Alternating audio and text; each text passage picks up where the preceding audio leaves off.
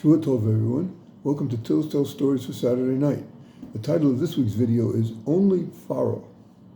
I adapted the story from the book Chasidic, the volume of festival stories. Rabbi Simchah-Bunem of Pshischa, before becoming a chasidic rebbe, spent many years as a businessman and as a pharmacist.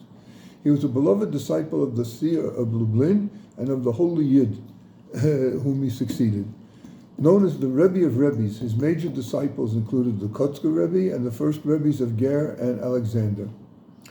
During that period when he was in business, he spent some time in Germany, accompanied by his son, Rabbi Avram Moshe.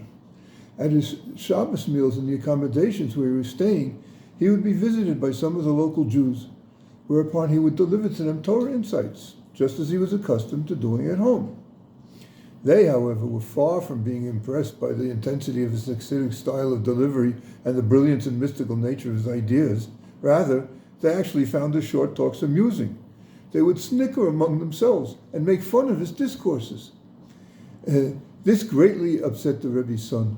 He complained to his father indignantly, "Why do you bother saying Torah for these epicursim, these scorners of God's truth?" "What can I do, my son?" his father responded.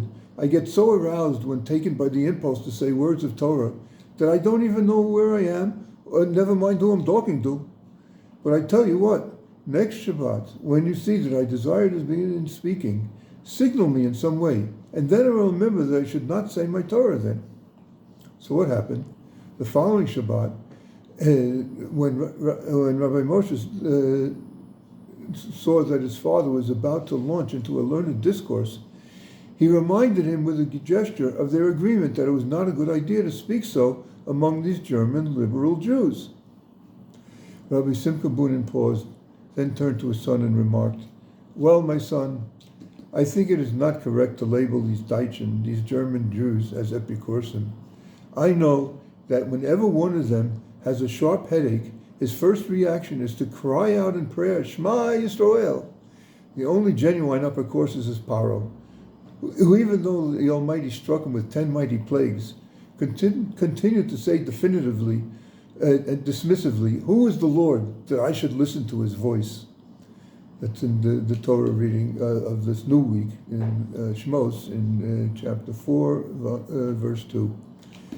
So he said, only Pharaoh can be called an epicursus, but these Jews, they say Shema Yisrael in time of need. First option. He then proceeded to share his thoughts again with his fellow Jews. And so we should be open-minded and make the mitzvah of Havas Israel with all our fellow Jews too, and great things will result of that will surprise us happily very much.